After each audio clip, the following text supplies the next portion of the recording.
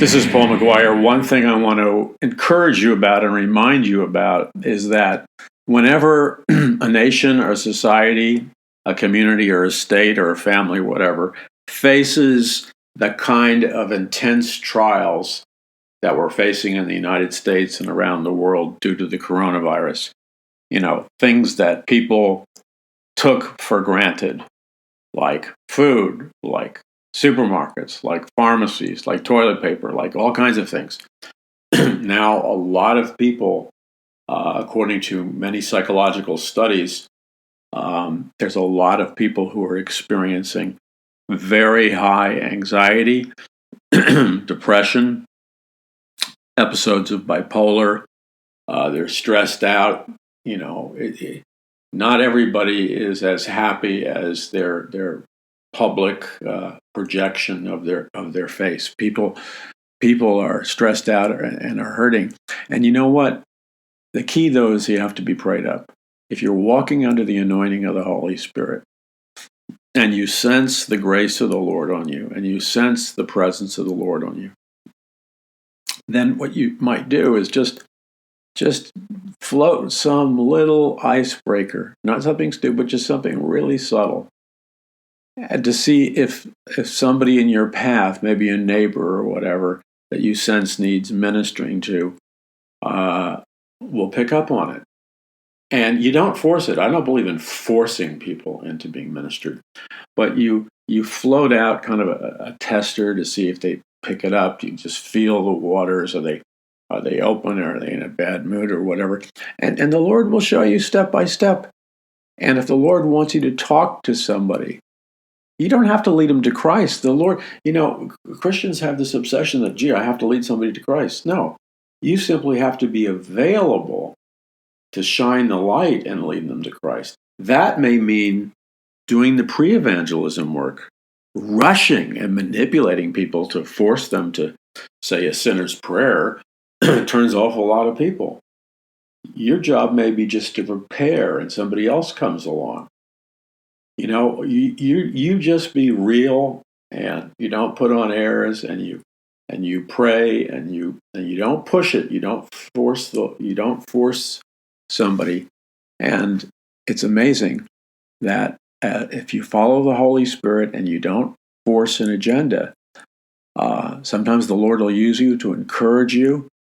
Sometimes the Lord will use you to share part of your testimony, give somebody a word of hope, give somebody some wisdom. And sometimes the Lord will lead you to lead somebody to Christ. And then you should not feel bad, because everybody has different gifts and talents. And so, what right do I have to be even remotely boastful for having different gifts and talents than you do? That's ridiculous. They're not my talents. And your talents are not your talents. But you walk and you listen to the Lord, and the Lord may lead you to have a conversation. And you may lead somebody to the Lord, or you may plant a suggestion, See, the results are up to God. We don't beat ourselves up. And then finally, sometimes we do lead people to the Lord, and they actually received Christ in the strangest places. But I never try to force it. Forcing it's the worst thing that you can do. And you can. This is one huge way. I was thinking about this the other day when I was running errands with a mask on my face. But I was thinking about the fact that there's a huge number of people who are intelligent Christians. They pray. They love the Lord. They're good communicators. They're better than average communicators. They're smart people, but they have trouble personally leading people to the Lord. You know what? I want to set you free from that bondage right now. I don't think that you personally have trouble leading people to the Lord. I think that's a lie you've been told all your life, or a lie you've told yourself. Just because you don't, quote, officially tie the knot and lead people in the sinner's prayer, and, just because all that official stuff doesn't happen, doesn't mean that you were even microscopically unfaithful to leading somebody to the Lord. Because let's face it, there are people that come along and plant seeds in people's lives, sometimes 10 years before you talk to them, sometimes as kids. Sometimes a person absolutely is not interested in anything to do with the Lord. But if you're around them 3 years from then, and they went through some things, all of a sudden they are interested. So see, the key is we each do our part, and we don't worry about who gets the glory, who gets the results, who gets the brownie points for winning people to the Lord.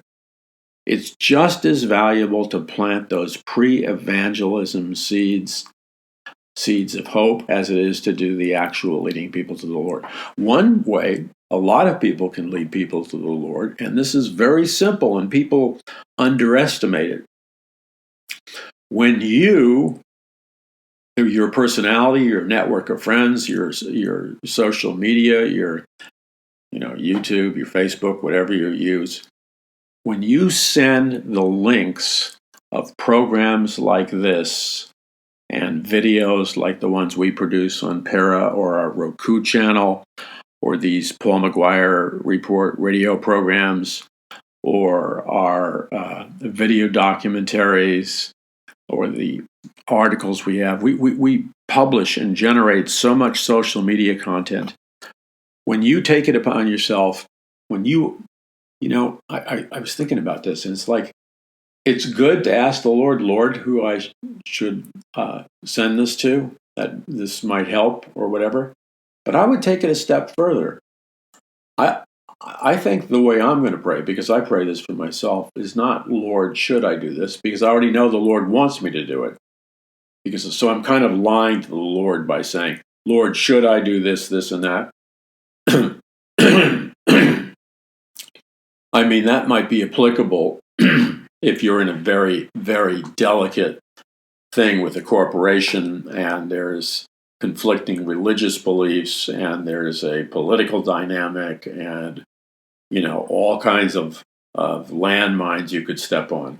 Well, then certainly before you make any move, you don't want to prematurely push stuff out there, because it's irreversible. So I want to say that.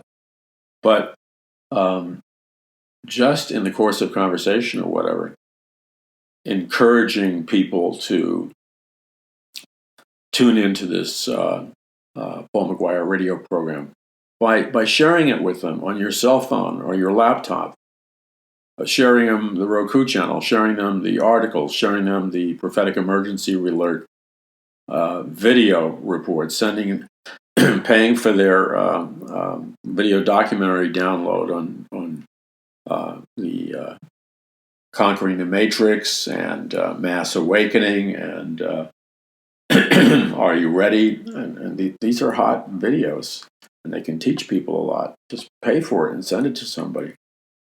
It's just a free not a free download. Somebody has to pay for it. So what you're doing is what I've learned is you've got to have the trust of the people, all the people you're social media networking with. If you're constantly sending them bozo the clown stuff and stupid stuff and lame stuff, guess what? They're going to bounce you off their list, and they're not going to pass on anything you send them for the most part, because you're not hitting the target. Chances are, at least they think, that you're going to alienate their friends and drive their friends further away from Christ. That's true. That's why you got to think about it before you send a picture or whatever, because different things can have different meanings to people. So the other thing is, you can send, when I say you pray, and if an article impresses you, that's the key word. If an article impresses you, not every article or every show that I do on the Paul McGuire Report is for everybody. See, like this program, in your heart, you can probably think of 10 people who would really relate to this program. On another program, you might think of 3 or 4 people. On another program, you might think of 50 people. The key is, who are these people? And so the Lord is personal. So when the Lord lays somebody on your heart and says, hey, this person, and he names some names, they would relate to this. The only person on planet Earth that God can use to send them a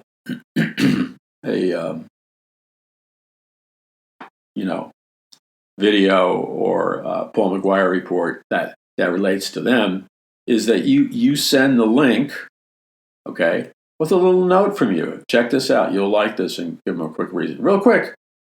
Don't oversell it. And that's how we spread far and wide, because this is why it's important. And I'm not asking just for myself, and I've never asked this just for myself. From day one, I have always said, it's your job to support as many media people, ministers, leaders, conservative spokespeople, Christian spokespeople, authors, Bible teachers, etc. It's your job to promote and spread the people who you believe in the integrity and the importance of their message. Okay? It's your job, because if you don't do it, no one will. See, I'm not blaming you. Please don't understand me. 3 years ago, it wasn't like that. 3 years ago, all the computer algorithm engines, somewhat fairly, would feed interesting articles to all kinds of people. They wouldn't censor, they wouldn't divide, they wouldn't block information because it wasn't politically correct. Now, the kinds of stuff that you relate to, I relate to, and millions of Americans relate to, stuff that has to do with Christian stuff, biblical spiritual stuff, certain perspectives on social, geopolitical issues. So much of it's evil. The big tech companies are receiving money from the Central Intelligence Agency to attack Judeo-Christian moral values. And they wage war. So anything, if you even send out a picture of, this is hypothetical, if you send out a picture of whoever their candidate's going to be, it could be Cuomo, but if you sent out a picture of a Photoshop of Cuomo looking believably but extremely ugly with a derogatory statement that would brand him as kind of a loser, I guarantee you the big tech companies would make your video on Cuomo disappear. You'd be gone. No watches, no hits, no nothing. If you did the same thing, distorting Donald Trump, making him look kind of like a bozo, you would soar and have very high numbers. You see? So this is rigged. So what it's doing is it's providing a blockade against certain kinds of information, Christian information, conservative information. So the only way this is a war. Guess what? Welcome to the thought police war. And I've been talking about this for years. So this is the greatest battle for the hearts and minds of mankind in the history of the world. So the way you win this war is you have to take up the initiative. Nobody else will do it. And if you won't take responsibility for that little bit of work, then my question to you is, do you really love God? Do you really love America? Do you really love your children? Because if you don't have a couple of minutes here and there, then I don't know what to tell you. So you send a link of programs like mine and programs from other people that you like, that you think really are informative, help hit the button, raise awareness or whatever, spiritually strengthen people, whatever. Okay? That's how it's done. But it needs a little personal note from you. So like send it into a group. Ask to join the group. Spread these things in a group. Get the permission. Network. See, because if you won't network, remember the other side has hundreds of millions of dollars to pay people to network and pay computer algorithms to network to defeat Christian conservative causes. That's how deadly this is. So the key here is to do an end run around their blockades. Their blockades are electronic computers called algorithms. They use artificial intelligence. What they do is they sift through all the Facebooks, all the Brighteons, all the YouTubes, all the there's so many social media platforms I have myself, I can't remember them. All your social media platforms, all the social media platforms ministry uses, they sift through it, and they, through very sophisticated computers, they delete and make disappear any imaging, any verbiage, any music, any symbols, any writing, any video that promotes conservative ideas or Christian ideas in a compelling way. You got it? This is a war. So the only way you can do around, because they spend billions on computers to do it, the only way you can get around it is you make the choice to do it yourself. You send it to groups that you like with a little introduction and stuff. Be imaginative. We've got to work together. I cannot stress to you how important it is to work together, because this is what's happening in the near future. I've heard this, I've thought about it, and quite frankly, I think it's a problem. My purpose is not really to make a political statement. It's to make a statement about two political parties, Republican political party, Democratic political party. We both know that the older politicians get, the less savvy they get with social media because they didn't grow up with it. So like Hillary Clinton putting, her private server, what was it, in a bathroom in Colorado Springs. I mean, that borders on like retardation. It's because she didn't grow up in the computer generation. That's why. A young person wouldn't make that mistake.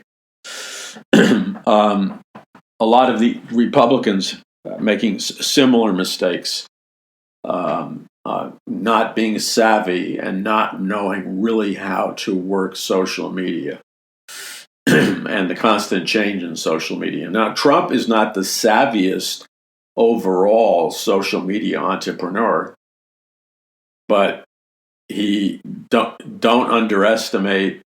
Did I say savage? I meant Donald Trump. Don't underestimate him. Don't underestimate him. He is the master at getting national attention on something ridiculous, and while everybody's calling him stupid, he's enjoying total privacy, and they fall for it over and over again. Remember what he did with Twitter. He basically controlled the nation with Twitter. So what's happening is we're going into an election cycle, and let's be realistic with the appraisal. I would say at this present moment, they keep saying, well, the big tech companies, or some of them like Facebook, Zuckerbergers, having dinner with Trump, and they're going to save Trump. Oh, really? You really believe that?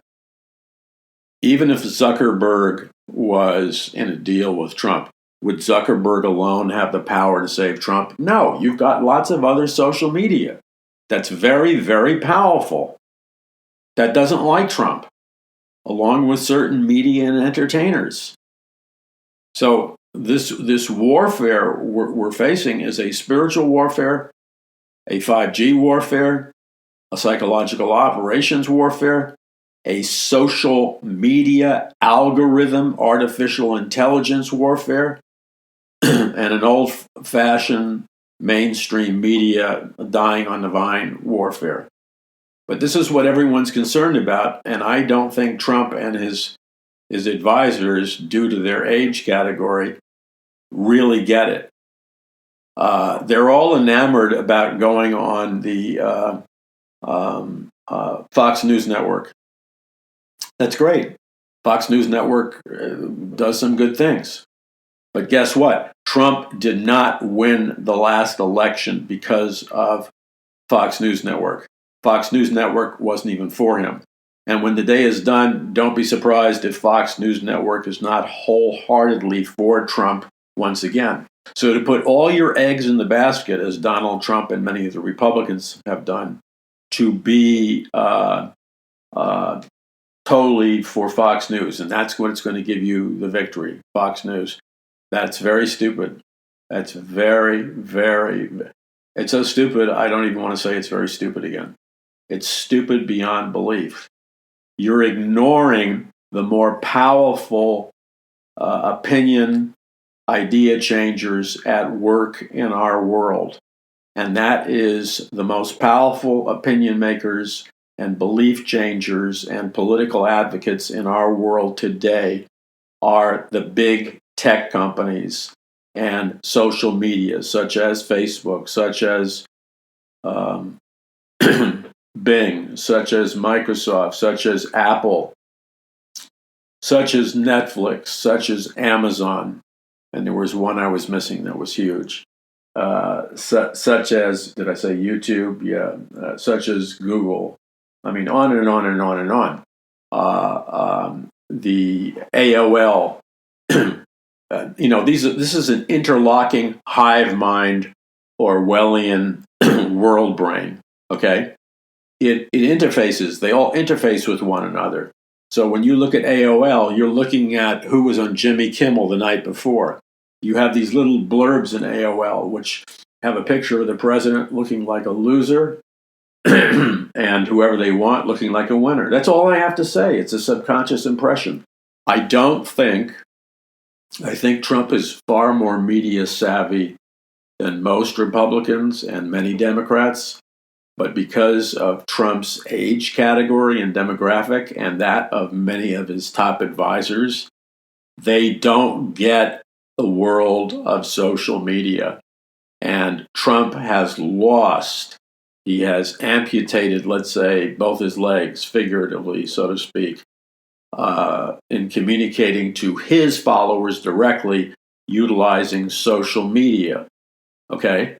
He's hurt. He's damaged his own social media. I don't know if it's even repairable. He either has to start honest and clean social media from start immediately, or he's got to demand and force the fakes that are pretending to be on his side. I mean, really, you really think these people are going to be on his side? What are you, crazy? Social media is going to be Trump's Trojan horse. He's going to fall hard on it. And the other part is that Trump keeps, I'm not here to pick on the guy. I pray for the guy. But Trump keeps leaning into neocon international banker territory. Let's have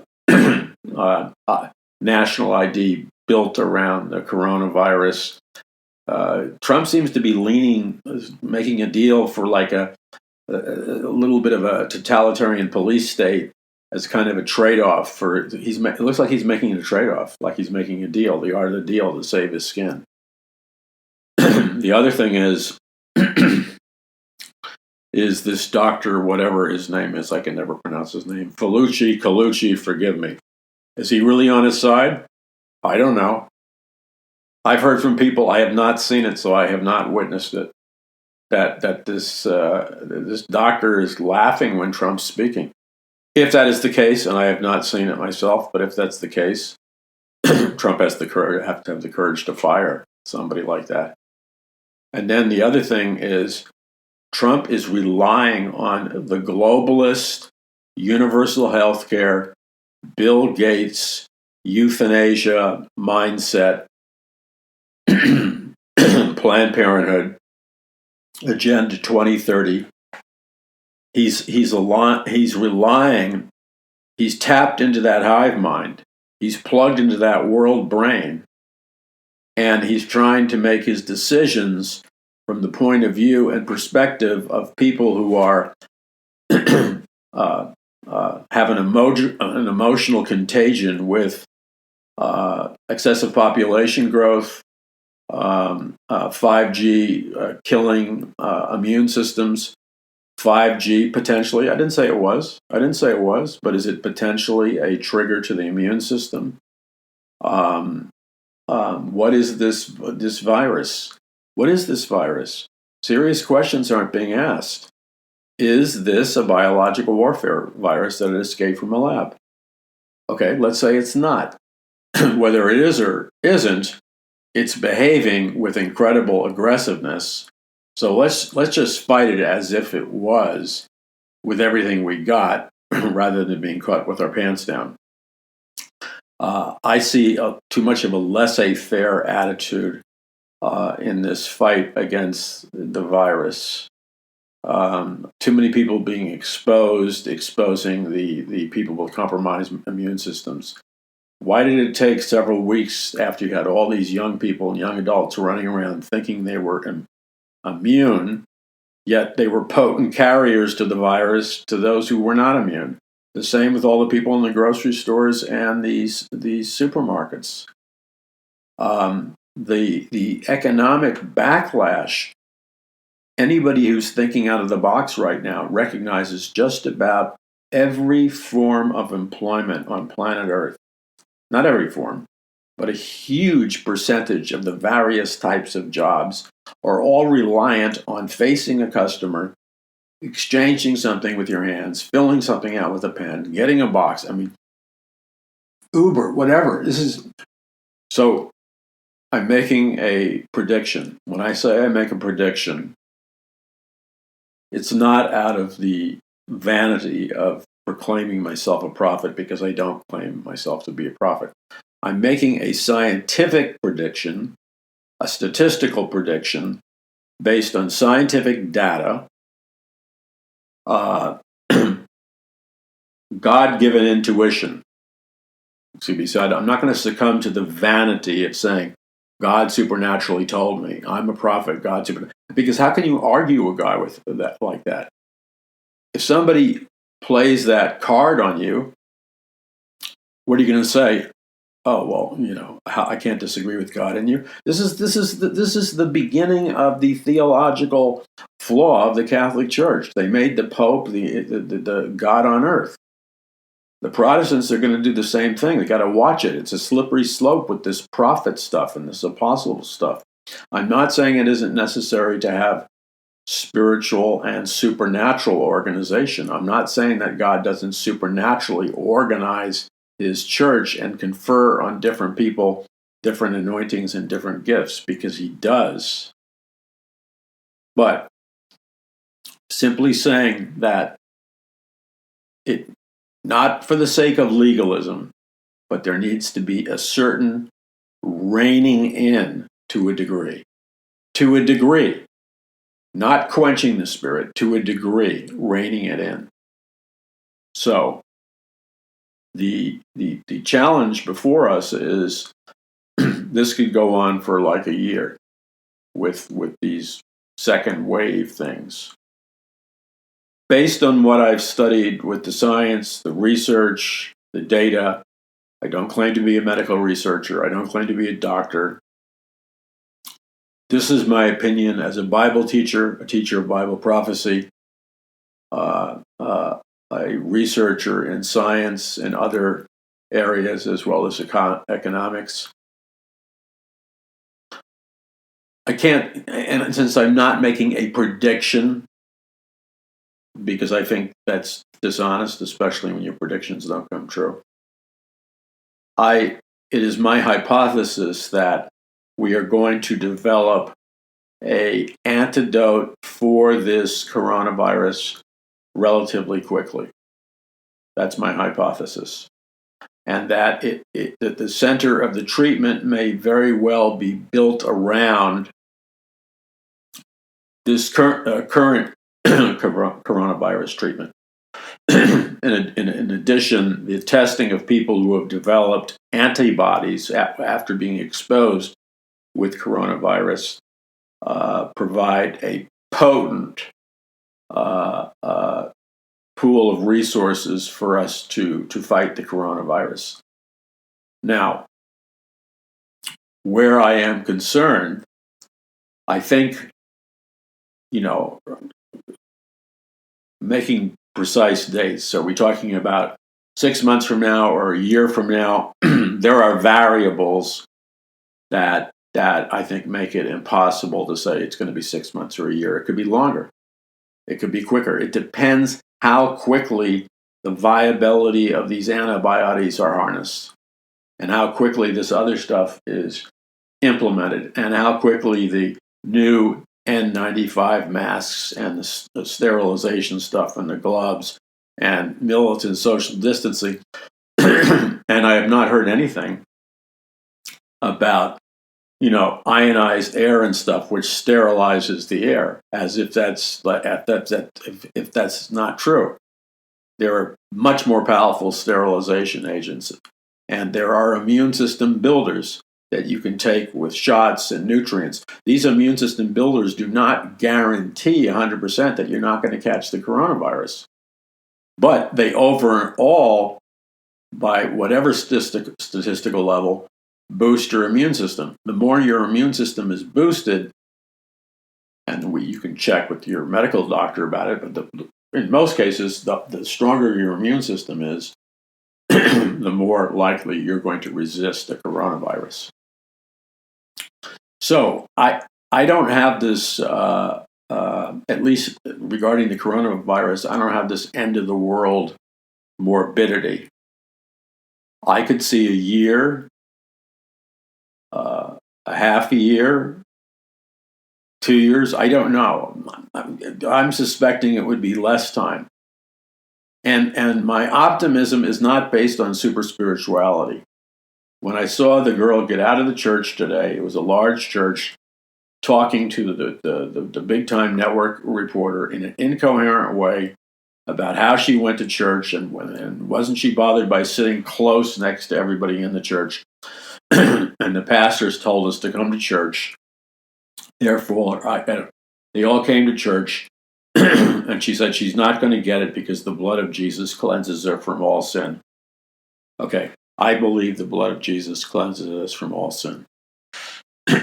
However, I believe it is extremely foolish and reflects a serious lack of wisdom and spiritual diplomacy to flaunt before a cynical, non-believing world which has seen Christians function as crackpots and lunatics for the last 30 years, to run around, for the evangelical Christians to run around like a bunch of nuts saying the blood of Jesus has cleansed them from all sin, and that they can't get it, and their pastor told them to come with this silly grin in their face, is not a biblical answer, and it sets up Christians to look like idiots. And therefore, in the strongest terms, I say it is the worst thing the Christian community could do in terms of representing itself as sane, rational, loving, and the authentic people of the living God. Okay? You don't win people to Christ acting like a lunatic. First of all, there's a huge presumption here. Just because the pastor said nobody's going to get sick if they come to his church with coronavirus, that's a prophetic statement that defies science. Okay? God defies science all the time. But the question is, what is the track record? What is the leadership reliability? What is the integrity of this pastor who says nobody can get coronavirus in our church, and then tells that to all of his population, his congregants? Is he speaking the truth? I don't think he's speaking the truth because he can't know what the truth is. What if elderly people, 67 plus, having other pre-existing conditions, breathe in the droplets of the coronavirus because they're not aware of it, but their immune system is compromised, and they end up dying, or they get seriously ill, or they transmit it to somebody who gets dying? That's a very high probability. What happens when the young people who are transmitting the coronavirus, but nobody knows they have it because they show absolutely no symptoms? They're simply very healthy-looking carriers. So you have older people in the church and the CDC has released potential immune system lowered risk dangers. Anybody over the age of 67, all kinds of medical conditions, lack of sleep, stress, um, um, diabetes, arthritis, and all kinds of other diseases.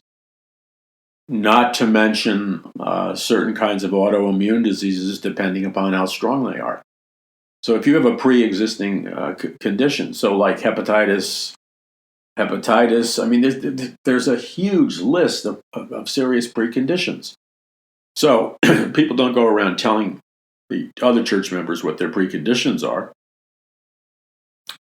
So elderly people whose immune systems are compromised, or people whose immune systems are compromised because they have a serious pre-existing condition, then in that lowered immune system response because of a pre-existing condition, the coronavirus, which would normally just maybe get on their skin and they wouldn't really get it if their immune system was strong, their immune system is not functioning strong. So, because they have a lowered immune system, they come in proximity with the coronavirus, they breathe it in, and 14 days later, they get it. Meanwhile, they've exposed people at their work in a similar age group. Meanwhile, let's say they've exposed some young, healthy, robust people who show no symptoms, but they go home to their elderly parents and infect them. And meanwhile, other elderly people at a church or something have received a transmission. So, because of the choice of this church in one community, I'm not trying to bash the church. Please don't misunderstand me. I'm not trying to bash the church, but because of the foolish decision of this one church that did not think through the serious implications, the wrath of the atheists, the secular humanists, the people who don't like Christians is going to be aroused against the Christians. It's not because we're afraid of the wrath of unbelievers. It's because it's not prudent to do things that are stupid, that cause reproach to Jesus Christ. We're supposed to be ambassadors to Jesus Christ. We're supposed to conduct ourselves above reproach. That means being sharp, intelligent. Okay? So, I've seen a number of these news stories of these people meeting in churches. Okay, here's the problem. If they're regarding all these people who are Christians who are going to church under the blood of Jesus, I believe in miracles, okay? But I would not. First of all, I would check out the Christian leader.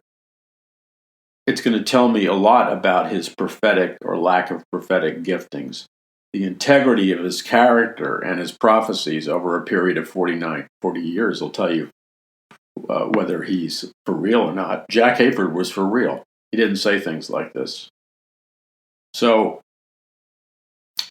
the potential to catch a disease, etc., and people carrying it. So what will happen? I have no idea how many churches in the United States are having these services.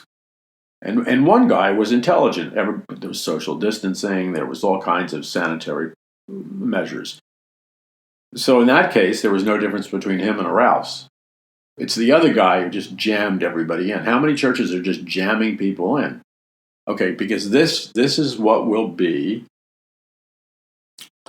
the repercussions and the fallout for the body of Christ. If it's determined that there is a spread or an acceleration of the coronavirus or transmission of the coronavirus due to all these Christians going to churches and Bible studies, if they find a relationship between the increase of the spread of the coronavirus and Christian church meetings and Christian meetings, the general public will go ballistic and begin to hate Christians for being, quote, stupid and for endangering their lives and being, quote, so stupid that they're spreading the coronavirus. No, we really need to grasp this. this essentially glaring lack of wisdom, which is stupidity, if that is the policy of many churches, to disregard the medical experts, cram themselves into the buildings where they could potentially get the coronavirus. If coronavirus outbreaks can be traced to these church gatherings and church functions, the church is going to inadvertently sow the seeds for all hell to break loose against it in anger. Okay? Very serious. People already don't like the church, and now that the church the church and Trump are already mixed as synonymous, the deplorables. And now you have people saying, well, the blood of Jesus cleanses me of all sin, I'm just going to wantonly go to church. You're going to have a blowback. You're going to have anger. You're going to have rage. And it will be targeted against all the churches that disobeyed the health orders. And there will be hostility, anger, persecution, violence, even potentially bringing infected cloths, materials, other things, and rubbing them on the inside of a church as payback. You think that won't happen? I think you're a lot out of touch with our society. This is a very strategic. This is where it comes for mature Christian leaders to rise to the surface and lead intelligently. Christian leaders who are telling their congregations to come to church where the coronavirus is present are not only endangering their church and their communities, they are potentially responsible, if things go badly, for an epidemic and plague of a worse kind of contagion than the coronavirus, which is the contagion of hatred towards Christians and fear, because that can spread like wildfire. So this is critical to deal with this stuff. Churches, and this other guy who had a church, his was organized. He had everybody social distancing. He had a cleaner. He had outdoors thing. It was very, very well thought out. So the key is to do that. So you see, potentially, I'm not a big advocate at all of vaccinations, and the reason I am is not because I'm not anti-science. It's not because I'm anti-science. It's because many of the people who are the advocates of euthanasia, many of the people who are advocates of vaccination, their parents were militant euthanasia people, or they were militant euthanasia people. And let's just define euthanasia. Euthanasia is the false belief, it's not scientifically valid, that the number one problem for excessive population growth is overpopulation, and that the current Earth's population is 7 billion. We need to reduce it by 6.5 billion, which means only 500 million people left. And euthanasia believes that we kill off the sickly, the elderly, those most vulnerable to die, and we do everything we can to accelerate their death from bad nutrition, bad health care, vaccinations, and so on and so forth. Now, this is not some conspiracy theory. You have to remember that the intellectual elite, the Illuminati, the globalist elite, whatever you want to call them, this is a philosophy that they have married since the 1800s. They adopted it from the backslidden English clergyman Walter Malthus. And Malthusian philosophy teaches the bigger the population growth, the greater the death rate. So the game is mass annihilation, mass abortion, mass sterilization, of the global population. So it's interesting when you read that the people who are most likely to die from the coronavirus are 67 years old and older, who suffer from a whole spectrum of autoimmune diseases, as well as arthritis and diabetes and other things, and heart conditions and cancers, etc.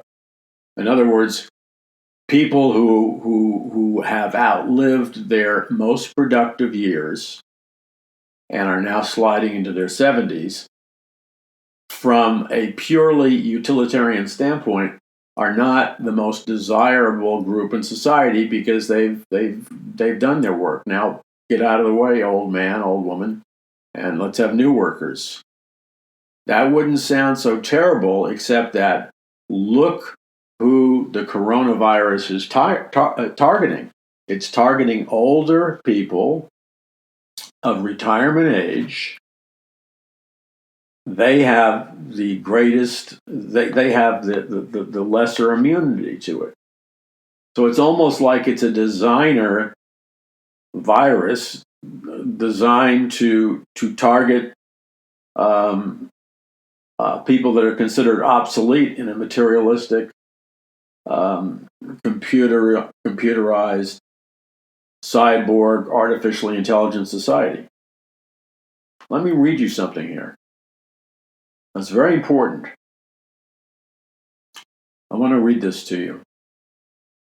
And it has to do with population control and a scientific dictatorship that people, they can't face it because it's like this. It's a seductive part of the matrix, and they can't break their hypnotic grasp into the eyes of the matrix when it comes to euthanasia. So let me read you something, okay? You'll find this interesting. Living in a scientific, this is from my book, Mass Awakening, which you should get as part of the volumes of education. You should get The Day the Dollar Died, Mass Awakening, Are You Ready? A Prophecy of the Future of America, A Prophecy of the Future of America, 2016-2017,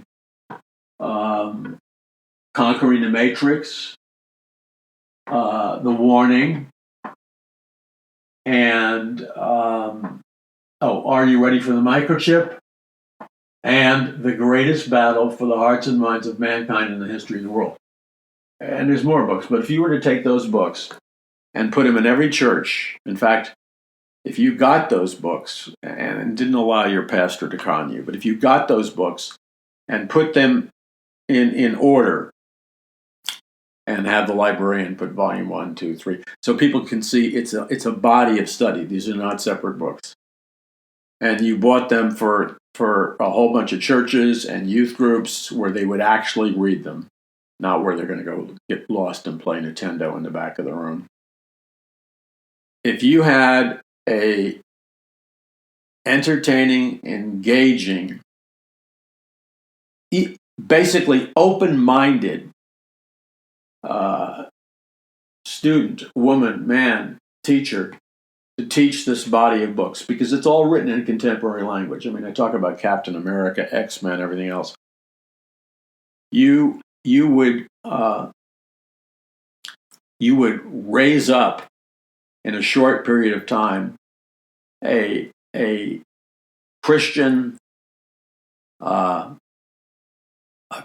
futuristic counterculture where true Christianity, like the dunamis power of God, the dynamite power of God, would explode from the traps of its prehistoric moorings, and you would see society revolutionized by the power of the gospel of Jesus Christ on a level you've never seen before.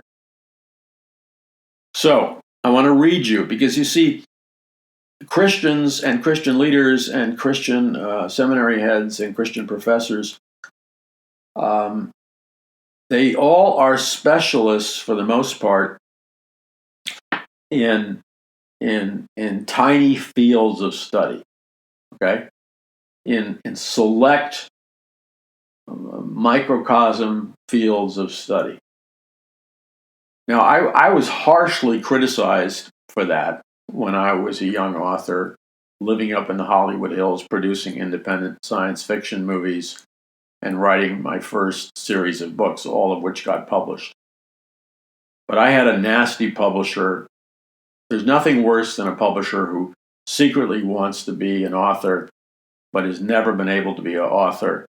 You know why? Because they have a secret hatred for authors, and they think, Christians, they think that by torturing an author verbally, it's a sick thing, it's a perverse thing, that somehow they can remove the pain of their own sense of inner rejection and sense of inadequacy about being authors. See, they didn't really want to be publishers, they wanted to be authors, but they didn't believe in themselves. That's not always the case.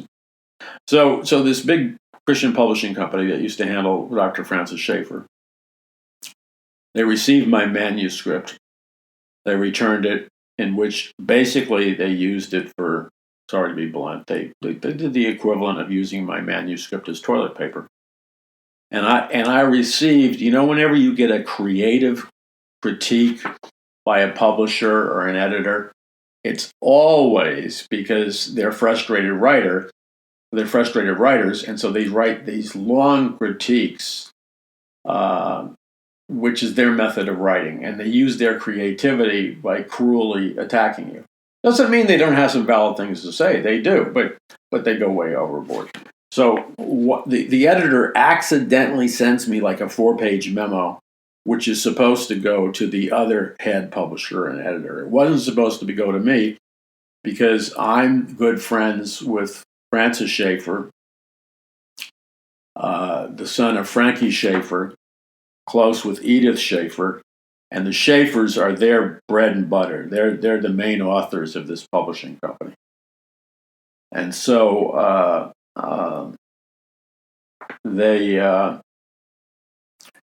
they want to be nice to the Schaeffers, but see, I don't have the big name like the Schaeffers have. Even though I had the content, I didn't have the name. And that's fine. Everybody's got to pay their dues. So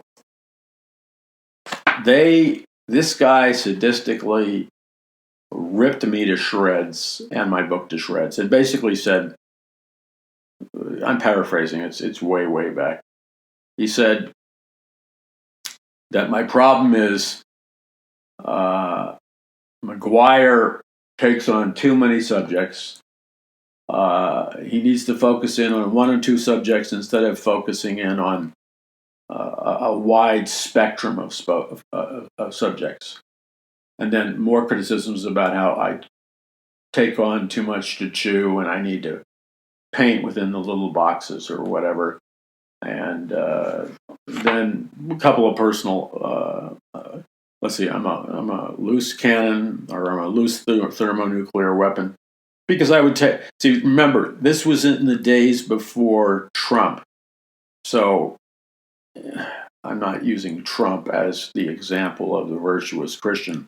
But prior to the days of Trump, most everybody, including Christians, had to be unnecessarily restrained. Now, you might like that and may not like it, but that was always difficult for me because, like Trump, I grew up in Jackson Heights, Queens, and Trump grew up in Queens also, where you speak a tough guy language. You say what you mean. You're aggressive, and nobody's mad at you for that. In other states, they think you're being rude. So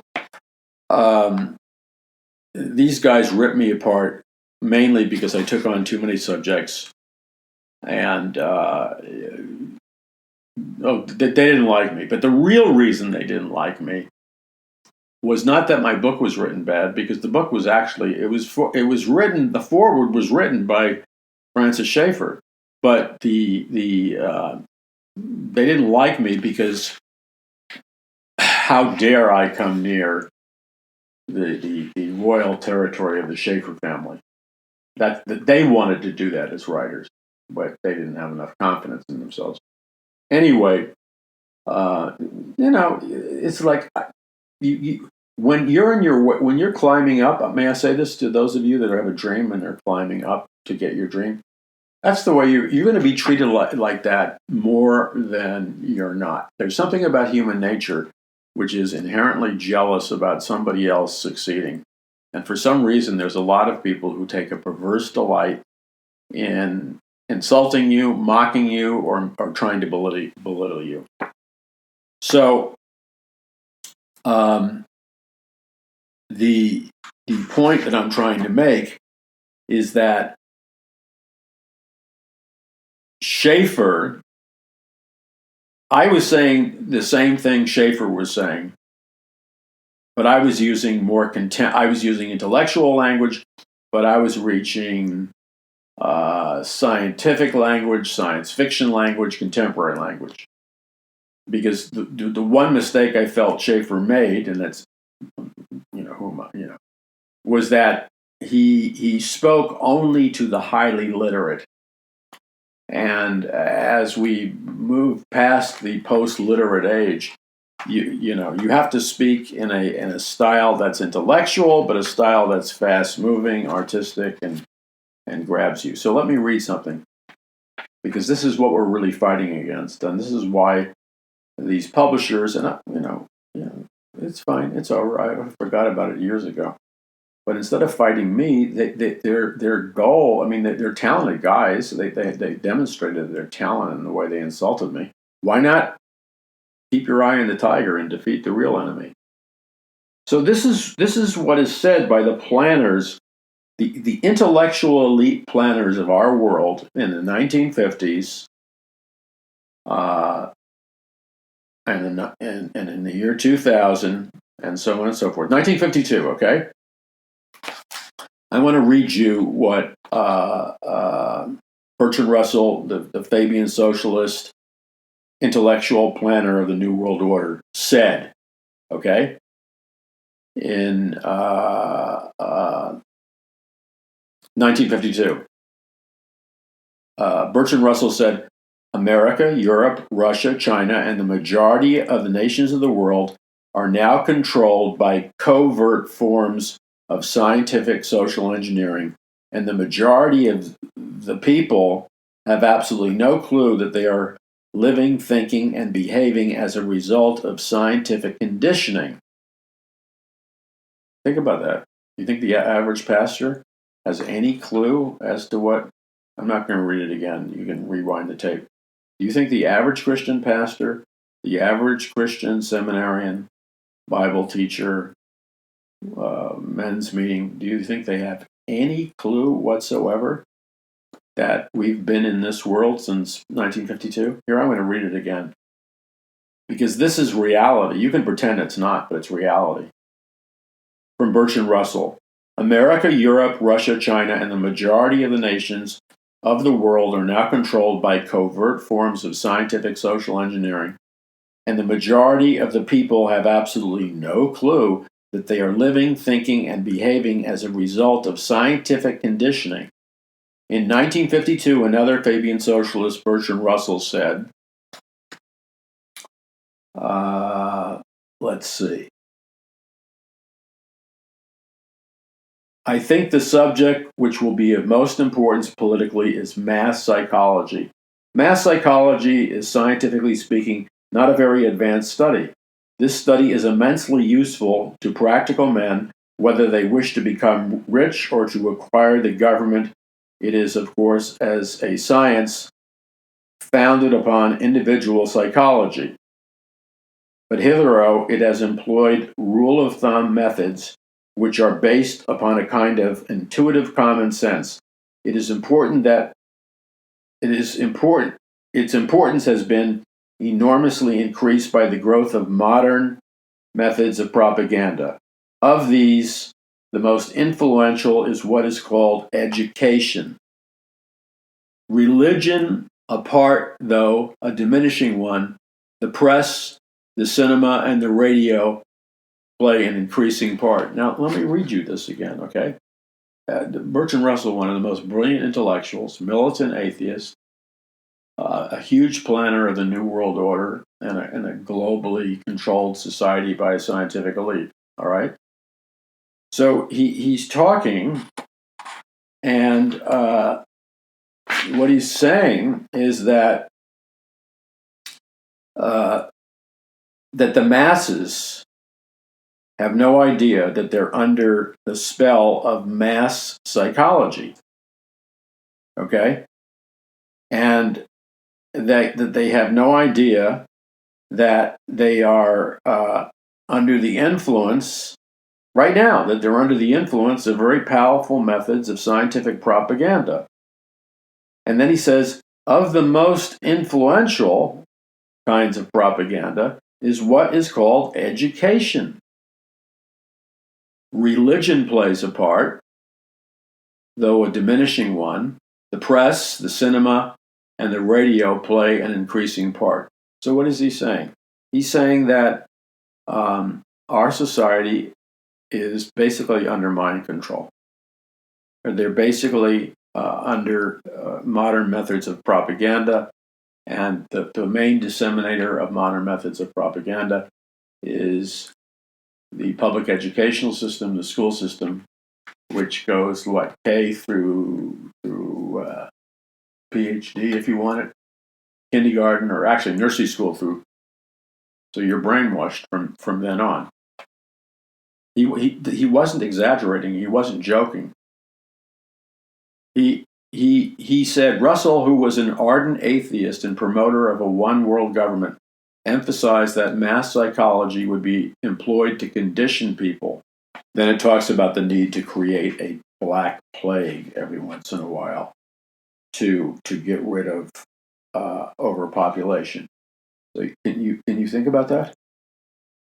I mean, giving people a plague. Russell was calling for selective breeding, where you breed people with what they believe is superior DNA. That's happening now. It's just hiring secretly. Started with Margaret Sanger, the founder of Planned Parenthood in the 1920s. Selective breeding. So it talks about one of the things that Russell talks about is infecting the population secretly, every 10 years or so, infecting the global population secretly with like a plague, like the Black Plague, and where you wipe out tens of millions or hundreds of millions of people. So you have to realize that when he recommended this, he wasn't joking. This wasn't like satire for him. He was saying that the only way we can effectively control the population is to use mass euthanasia, either mass starvation, radioactive weapons, or plague, biological warfare plagues, to wipe out millions of people.